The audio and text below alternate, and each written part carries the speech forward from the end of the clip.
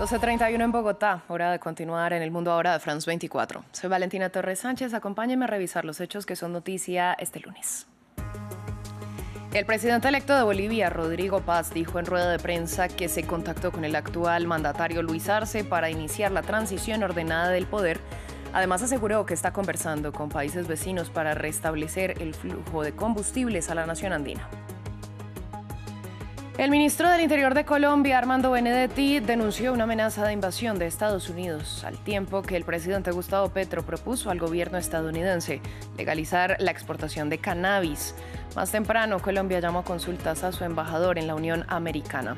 Todo esto en medio del más reciente episodio de tensión entre Washington y Bogotá.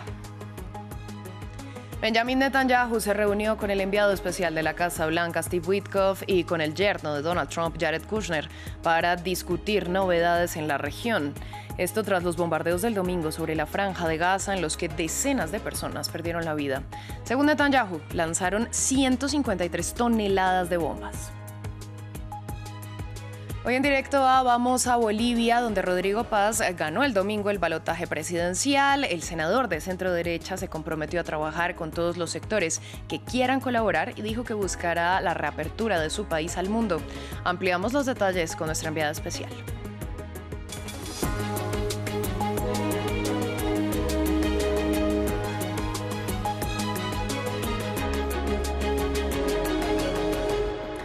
Damos inicio en Bolivia porque el presidente electo Rodrigo Paz se pronunció en rueda de prensa. El senador de centro derecha dijo que habló con Luis Arce para iniciar la transición de poder. Pidió unidad en la Asamblea Nacional, donde ningún partido tiene mayoría, y dijo que negocia con países vecinos para restablecer el flujo de combustibles. Hablé con el presidente Arce. Hemos coordinado de que tanto el Ministerio de la Presidencia junto al Ministerio de Exteriores serían los responsables para poder generar una transición con nuestros equipos. Hemos extendido la mano para todas las fuerzas políticas en el Parlamento, porque creo que el mandato del pueblo boliviano no es la confrontación, no es la violencia en las calles, sino todo lo contrario, retomar la institucionalidad perdida. Y en ello la Asamblea Nacional tiene un rol fundamental. Tras más de 20 años, Bolivia dejará de estar en manos del movimiento al socialismo, el reconocido partido de la izquierda. El país está sumido en una crisis económica y esto opina la ciudadanía tras el triunfo de Rodrigo Paz. Un cambio que se hizo realidad. Rodrigo Paz se impuso al establishment conservador, encabezado por Tuto Quiroga en el balotaje. Una segunda vuelta que sirvió para confirmar que el movimiento al socialismo, en el poder durante 20 años y eliminado en agosto de la contienda, deberá desalojar el Palacio Presidencial muy pronto. Que no sea como antes. Tenemos esa esperanza de que sea todo bien esta vez, que no estamos sufriendo como anteriormente. Sufrimiento debido a una escasez de combustible y de divisas en el país que ahogan las finanzas o una inflación que vacía la canasta familiar. Dentro de toda esta historia tenemos un nuevo presidente. Muchos de los bolivianos estamos esperanzados en que la economía de Bolivia vuelva a lo que era antes. Muchos achacan la victoria a la fórmula vicepresidencial. Edman Lara es para muchos un ingrediente indispensable para el cambio que señalan. Ojalá pues con Lara, Bolivia, que se levante arriba. No queremos sufrir, no queremos de baja. Unos resultados finales que se conocerán durante la semana, pero que no cambiarán el ganador, que se impuso con un resultado parcial del 54% de los votos. Rodrigo Paz tomará posesión el día 8 de noviembre. En otras noticias, las relaciones entre Colombia y Estados Unidos están este lunes en uno de sus puntos más bajos de los últimos años. Colombia llamó a consultas a su embajador en Washington y el ministro del Interior de Bogotá denunció una amenaza de invasión de Estados Unidos. Todo esto luego de que el domingo Donald Trump llamara líder del narcotráfico a Gustavo Petro, lo acusara de no actuar para frenar la producción de narcóticos y dijera que si Colombia no cerraba lo que llamó campos de exterminio, Washington lo haría. Lo único que Gustavo Petro sí ha hecho es hablar de soberanía nacional, la presencia de Estados Unidos en las aguas del Caribe y sobre Palestina. La última frase del mensaje de Trump, donde dice que podría entrar a nuestro territorio, es una amenaza, una provocación hacia Colombia. Cambiamos de tema, vamos a Medio Oriente. El primer ministro de Israel, Benjamin Netanyahu, se reunió este lunes con el enviado especial de la Casa Blanca, Steve Witkoff, y con el yerno de Donald Trump, Jared Kushner. Según la oficina del primer ministro, el encuentro giró en torno a novedades en la región. Esto tras la jornada del domingo en la que, según Netanyahu, lanzaron 153 toneladas de bombas sobre la franja de Gaza y los ataques israelíes se cobraron la vida de decenas de gazatíes. ראינו אתמול את החמאס מפר בבוטות את הסכם הפסקת האש. Ayer vimos a Hamás violar flagrantemente el acuerdo de alto el fuego. Para nuestra tristeza, 2 combatientes cayeron durante la tregua. El sargento primero Itai Yavetz, que su memoria sea bendita, y el mayor Yaniv Kula, que su memoria sea bendita. Hamás sintió inmediatamente el peso de nuestro brazo. Lo atacamos con 153 toneladas de bombas. 153 טון פצצות. Entre tanto, el brazo armado de Hamás anunció la entrega del cuerpo de otro rehén a la Cruz Roja. Las brigadas Al-Qassam dijeron que los restos de quien calificaron como prisionero de la ocupación fueron exhumados ayer. Ya el domingo, en medio de la escalada de bombardeos israelíes, el grupo islamista anunció que había recuperado el cuerpo de uno de los rehenes. Hasta el momento no han indicado a quién pertenecen los restos y con esta entrega, 16 cuerpos quedan en poder de Hamás. Durante la guerra en Siria, Líbano acogió a cerca de 1,5 millones de refugiados de ese país. Algunos de ellos están regresando a territorio sirio. Nuestro equipo de France 24 estuvo presente durante este proceso y se encontró con varias familias que se mostraron emocionadas, pero también asustadas de lo que encontrarán en su tierra natal. Esta es la historia. Son apenas las 6 de la mañana en Trípoli. En la Feria Internacional Rashid Karameh, Fatuma espera su turno para pasar al control de seguridad. Forma parte de los refugiados sirios que se disponen a regresar a su país por primera vez desde el inicio del conflicto en 2011. Hemos vivido en el Líbano en buenas condiciones, gracias a Dios, pero vivir en su propio país es sin duda mejor y uno se siente mejor. Tengo muchas ganas de volver a ver mi casa y mi pueblo. 168 familias forman parte de este convoy de retornos voluntarios organizado por el gobierno libanés, el Alto Comisionado de las Naciones Unidas para los Refugiados y la Organización Internacional para las Migraciones. Umo Hamad vive en Líbano desde 2013 y esta mañana sus hijos van a conocer por primera vez el país de sus padres. Mis hijos están muy felices de ir a su país, que no conocen. Al final es nuestro país. Están contentos porque van a inscribirse en la escuela y podrán hacer muchas cosas. Tienen muchos sueños. Los equipos de ACNUR circulan entre las familias, anotan los nombres, distribuyen los últimos formularios, pero su trabajo no termina aquí. Cuando los refugiados sirios regresan de Líbano a Siria, alertamos a nuestros equipos del otro lado de la frontera. Ellos harán el seguimiento con estos refugiados para evaluar sus necesidades, asegurarse de que su reintegración sea fluida y para mantenerse en contacto con ellos.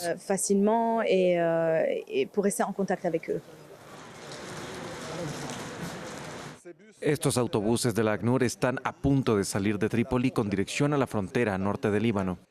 Para estas familias sirias es el fin del exilio y el comienzo de un nuevo viaje, un viaje hacia lo desconocido con la esperanza, a pesar de todo, de un nuevo comienzo.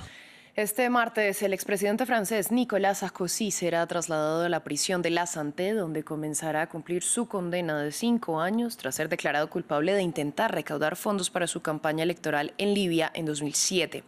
Una decisión que ha desatado un debate político y jurídico. Al mismo tiempo, el martes, a petición de sus hijos, se celebrará una manifestación en París.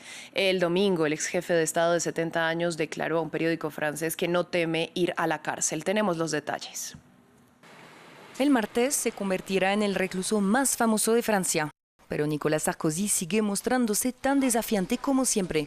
Declaró a un periódico dominical francés que no teme ir a la cárcel y añadió que no pide ningún privilegio especial.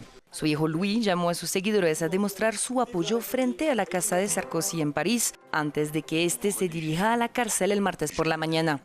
Mientras tanto, el ministro de Justicia, Gérald Darmanin, adelantó que visitará a Sarkozy en la cárcel. Estamos ultimando los preparativos para garantizar que el encarcelamiento de Nicolas Sarkozy y su estancia en la prisión de La Santé garanticen su total seguridad.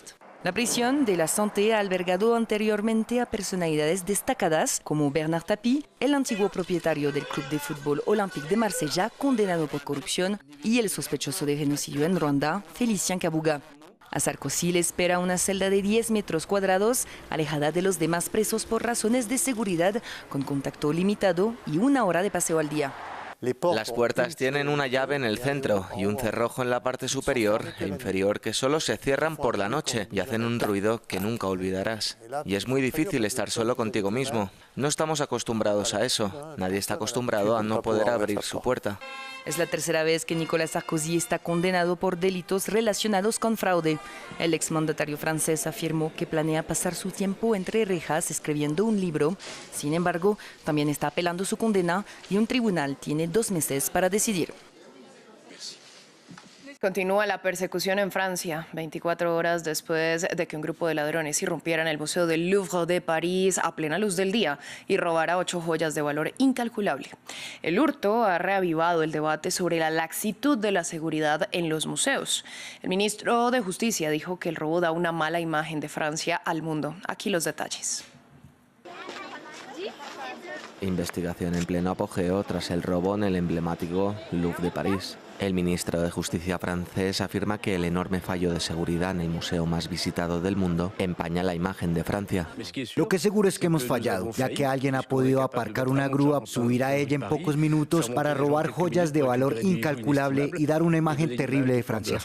Las autoridades afirman que un equipo de 60 investigadores trabaja en la teoría de que el robo fue planeado y ejecutado por un grupo del crimen organizado. Añaden que han destinado importantes recursos para localizar a los autores, mientras el presidente Macron expresó su confianza en que serán encontrados.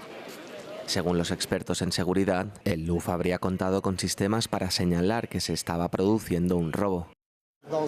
En un museo como el Louvre, romper una ventana normalmente debería activar una alarma. Eso significa que se habría activado una alarma para un supervisor del equipo de seguridad y se habría sabido exactamente dónde estaba ocurriendo para poder reaccionar. Un robo de 7 minutos para unos ladrones que, vestidos como obreros de la construcción, se llevaron 8 piezas de joyería napoleónica de valor incalculable. En enero, el presidente anunció un plan de renovación y modernización del Louvre que busca mejorar la seguridad, después de que el 15% de su equipo fuera despedido en la última década. El museo permanece hoy cerrado, mientras continúan las pesquisas. Continuamos con nuestro reportaje del día. Durante el Guetna, el festival tradicional de los dátiles en Mauritania, una sombra inquietante se cierne sobre las cosechas. En el oasis del Sahara mauritano, principal refugio de las palmeras datileras, el cambio climático está agravando la situación. Estos ecosistemas, que dependen de reservas de agua subterránea poco profundas, se encuentran ahora en peligro porque las recientes precipitaciones no han sido suficientes para reponerlas. Esto supone una gran amenaza para los agricultores de un país en el que menos del 0,5% de las tierras son cultivables, lo que pone en peligro el sustento de decenas de miles de personas que han dependido de los cultivos de los oasis durante siglos.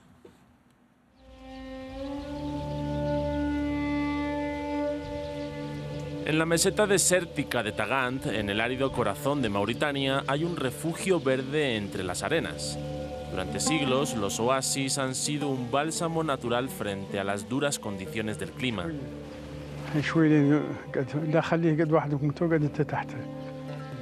Oasis como el de Tillika también albergan las joyas del desierto, los dátiles.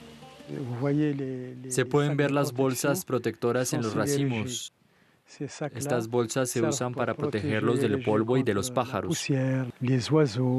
Los dátiles que se exportan son el sustento de buena parte de la población local y mantienen todo un ecosistema bajo la sombra de las palmeras. Aquí tenemos lo que llamamos cultivos de palmeras, cultivos de forraje, cultivos de hortalizas. Casi toda la vida de los habitantes depende del oasis. En esta región desértica, el cambio climático está alterando el equilibrio natural. Aunque el palmeral de Mohamed sigue activo, muchos otros han sido invadidos por la arena o destruidos por la sequía.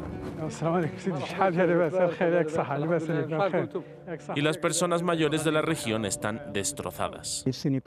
Este ya no es el oasis que conocí en mi infancia. Cuando era niño, esto era un bosque. La gente venía de lejos a beber agua fresca y comer dátiles deliciosos. Pero ahora ya no hay agua fresca ni dátiles. El nivel del agua subterránea está bajando cada vez más y no llueve lo suficiente para reponerlo. Una sentencia de muerte para muchas palmeras que necesitan en promedio 200 litros de agua al día. Antes teníamos pozos de 8 o 10 metros de profundidad. Hoy solo encontramos agua a 100 o 120 metros.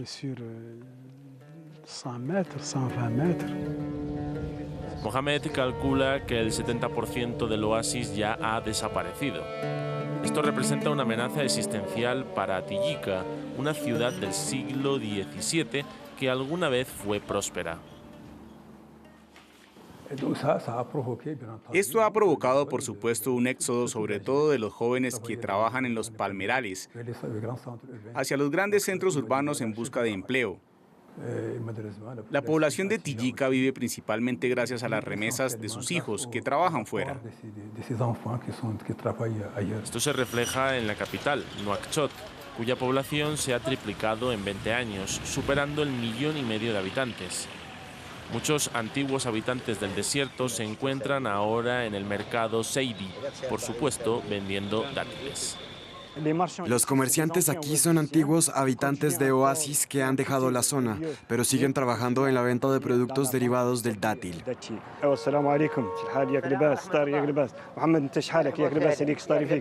Este es el caso de Mohamed Ul Brahim, quien tuvo que dejar su pueblo, Ayuef, a 400 kilómetros de Nuakchot.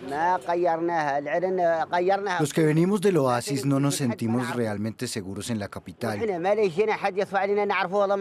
Solo me siento cómodo en casa. Aquí todo es muy distinto.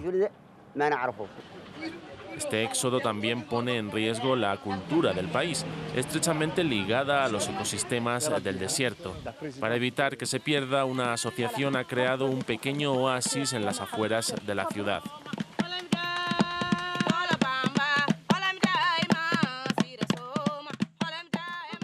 Un museo viviente que pone la cultura mauritana en el centro de su entorno natural. La palmera está presente, así que la vida del oasis también. Todo esto está amenazado. Es nuestro patrimonio. Debemos preservarlo. Es extremadamente importante para nosotros revivir nuestra cultura y restaurar los ecosistemas. En los últimos 5 años, el gobierno mauritano ha impulsado la creación de 1.400 hectáreas de oasis artificiales para frenar el avance de la arena, para encontrar armonía entre los árboles, las personas y el desierto. Momento de nuestra sección Directo A. Hoy nos desplazamos hasta La Paz, en Bolivia, donde el ambiente está marcado por la victoria del candidato de centro-derecha Rodrigo Paz en el balotaje del domingo. Por ello conectamos allí con Ángela Gómez, enviada especial de France 24. Ángela, buenas tardes para usted. La saludo en medio del viento, según vemos acá. Bueno, el presidente electo se pronunció más temprano. ¿Qué podemos resaltar de su mensaje? Pues bien, confirmó que habló con Luis Arce, Rodrigo Paz, y dijo que aunque existe una muy buena voluntad para la transición de gobierno y que esta será efectuada por el Ministerio de la Presidencia y el Ministerio de Exteriores, pues el equipo del presidente electo presentará algunas peticiones por vía judicial solo para no tener algunas sorpresas cuando entre efectivamente al cargo.